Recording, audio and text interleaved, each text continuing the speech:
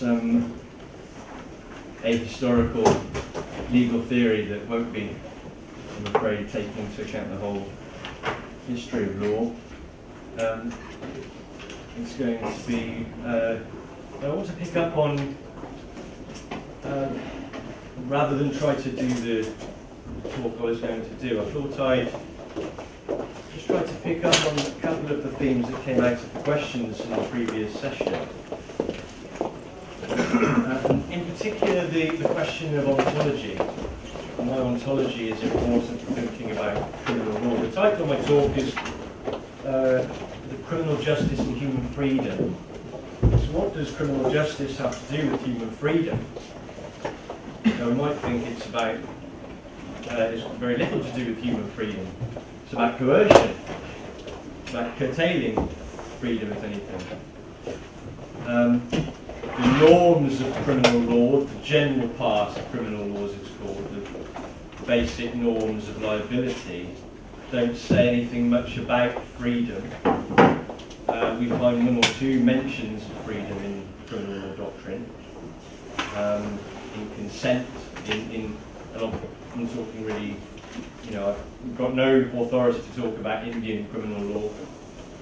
In criminal law of England and Wales, we find one or two mentions of freedom in consent law, in defences about voluntariness, so duress. We find occasional glimpses that perhaps it's not quite right that criminal law doesn't care about freedom, that it's only interested in agency, but it's not interested in free agency. There are these glimpses that in actual fact criminal law presupposes not just that we're agents acting, but that we're agents acting freely, that we're free agents or autonomous agents. And we find this, of course, in the liberal theories of criminal law. We find it in Andrew Ashworth.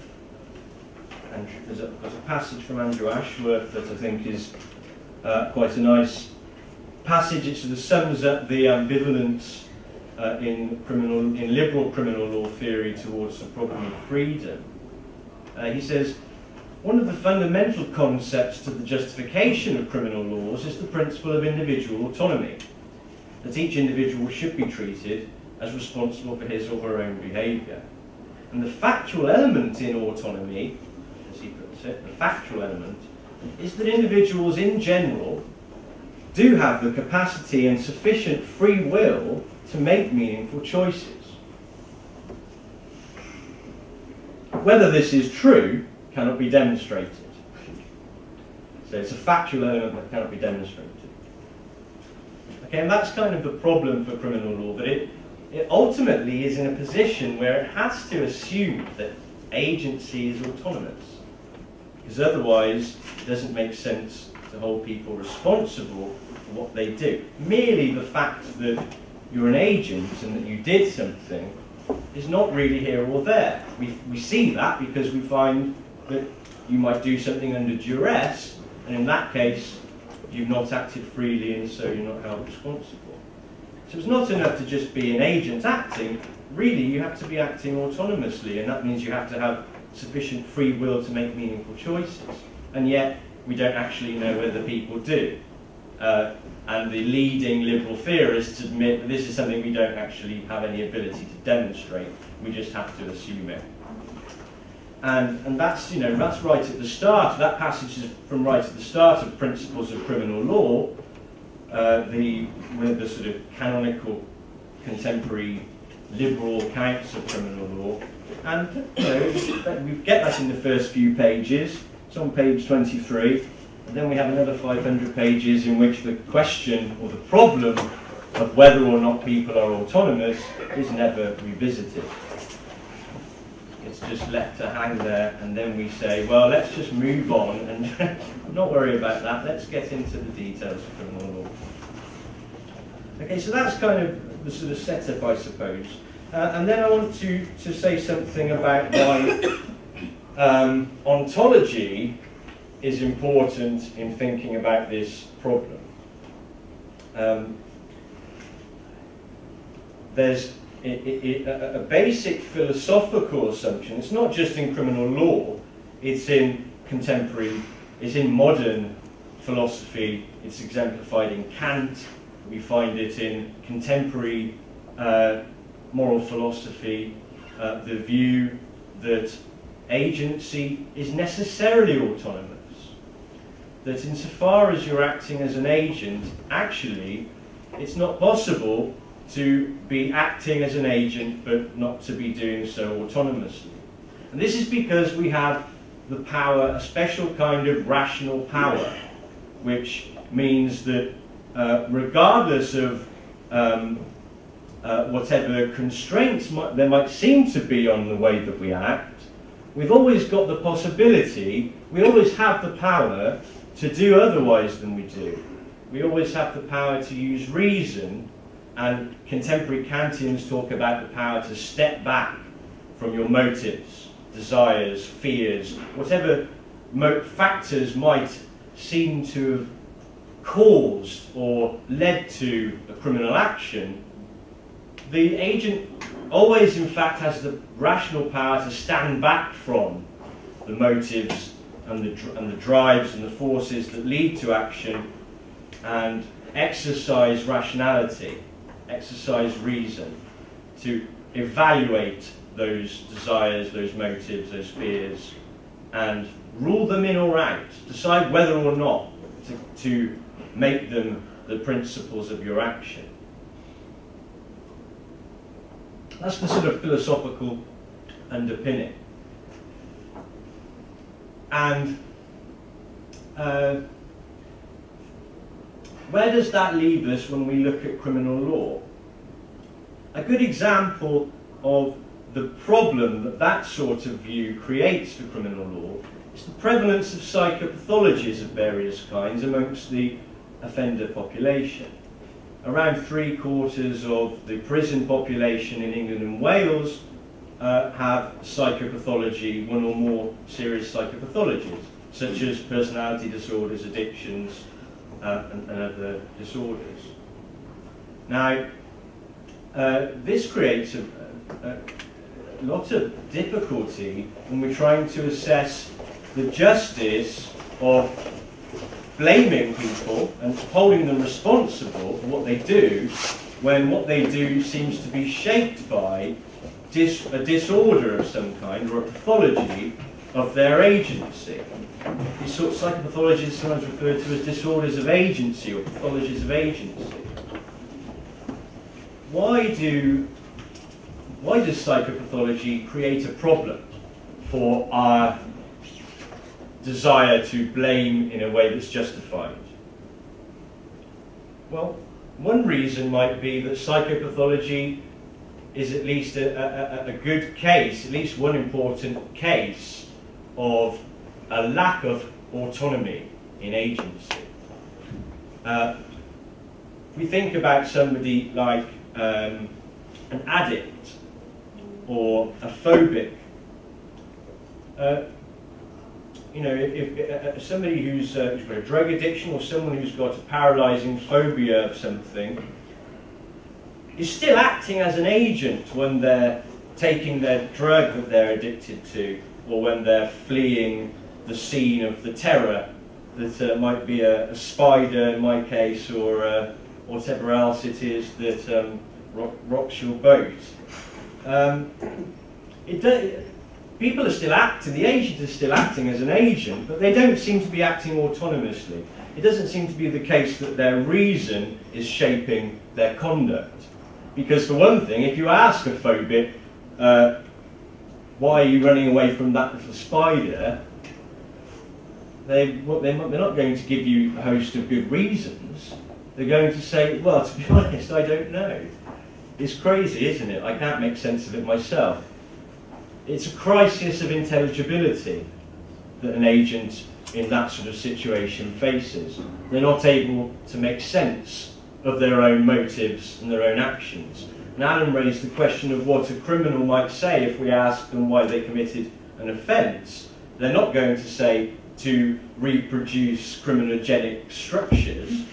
No, they're not. But in some cases, of course, they will give various instrumental reasons, things that they were pursuing in acting. But in a lot of cases, and here I would to some extent speak anecdotally, I did spend a little bit of time working in the probation service and working with offenders, and actually when you ask them why they did what they did, a lot of the time they say something like, I don't really know, I can't really make sense of it. Yeah, when I look at it now, it didn't, you know, why did I do it? You know, there's a crisis of unintelligibility, and that's something that really is quite in conflict with the idea of autonomous agency, of free action.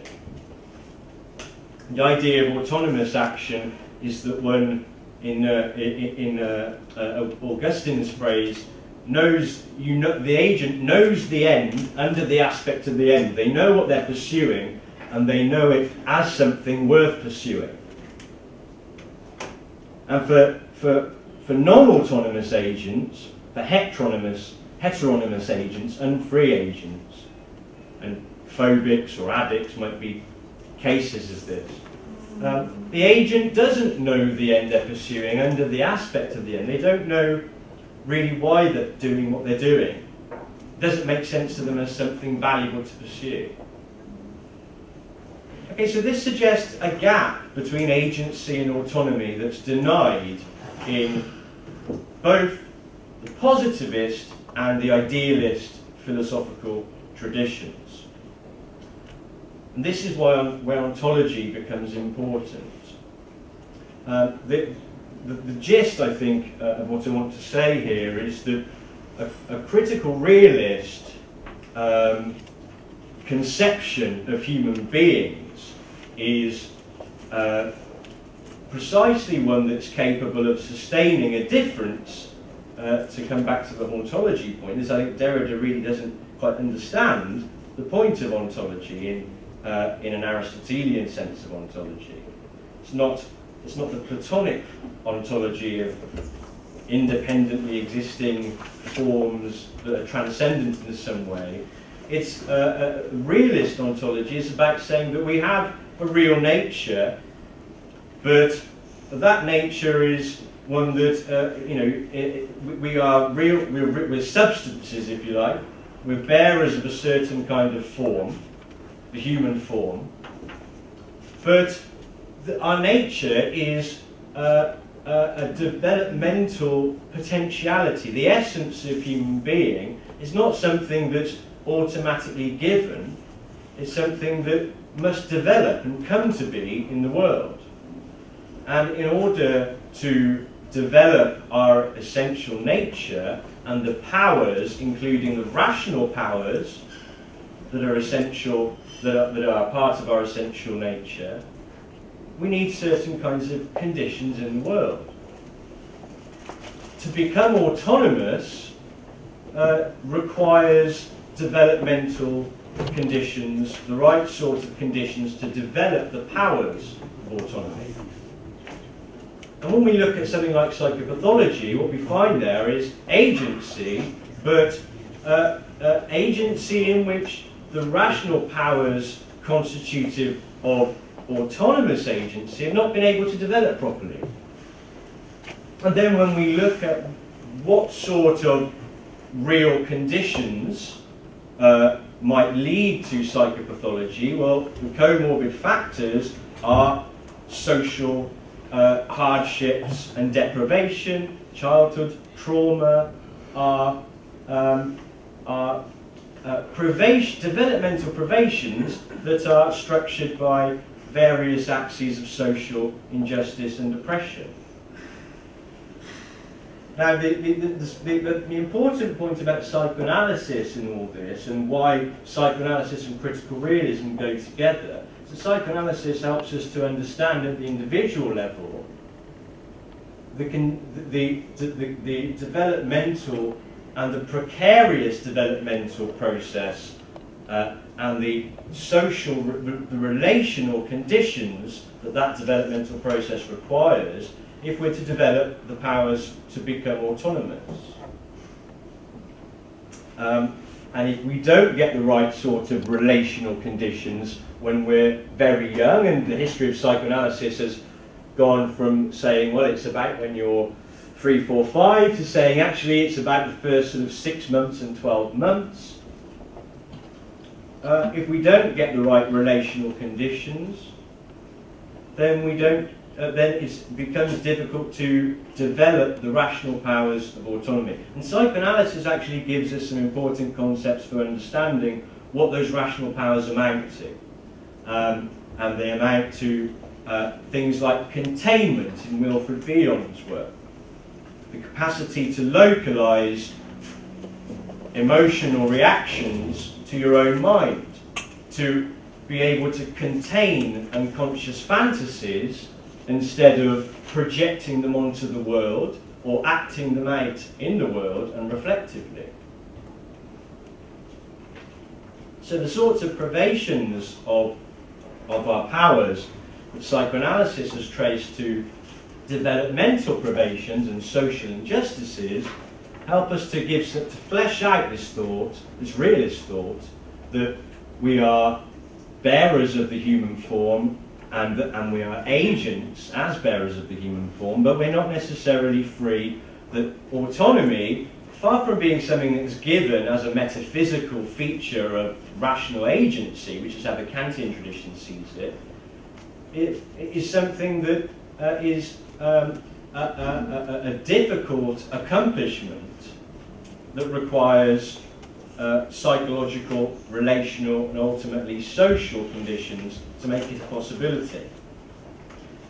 And so I'll just conclude with a thought about what this tells us for, or how we might think about criminal justice in light of some of these ideas about the category of unfree agency.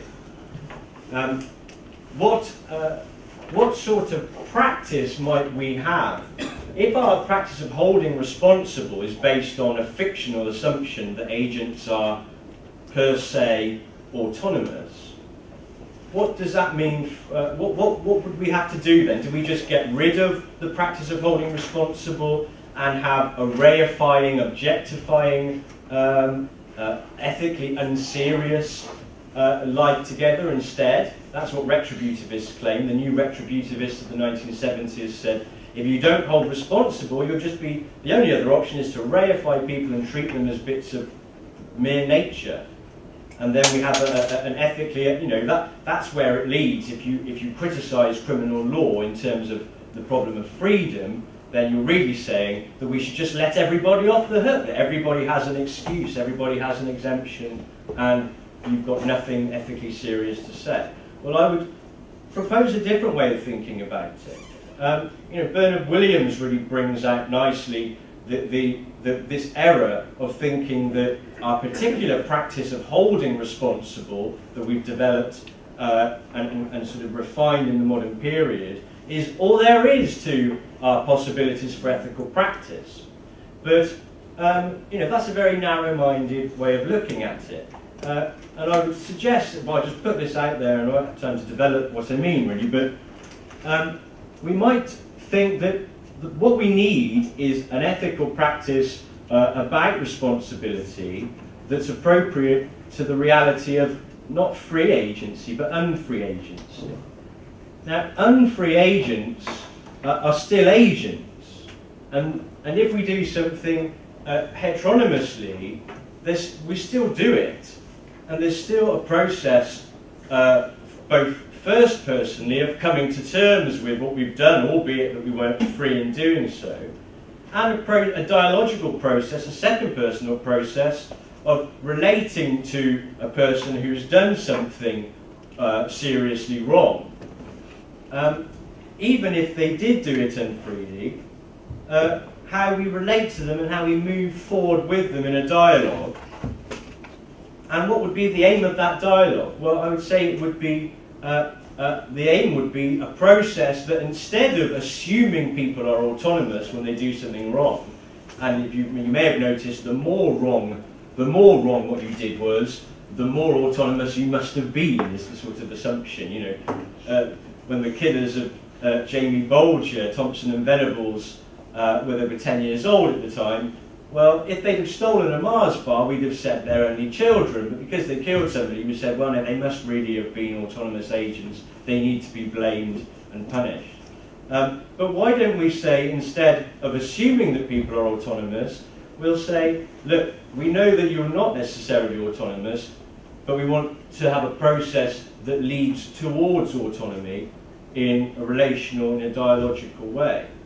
A process of coming to terms with what's been unfreely done and moving in a direction of coming to terms with that in a more autonomous fashion. And I call that a process and a practice of calling on each other to take responsibility, and on calling on oneself to take responsibility in a dynamic process rather than a static mode of attributing responsibility and assuming freedom.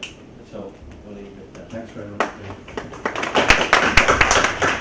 Okay, now we're going to proceed to the next session. We will have a chance to come back to comments on this. But also you're talking this afternoon. Sort of. I'm talking again later, yes, so I'm hogging it anyway. Yeah. So now delighted to have Professor Pandey, who's I'm particularly delighted since he's been so instrumental in our being here, to welcome him to come.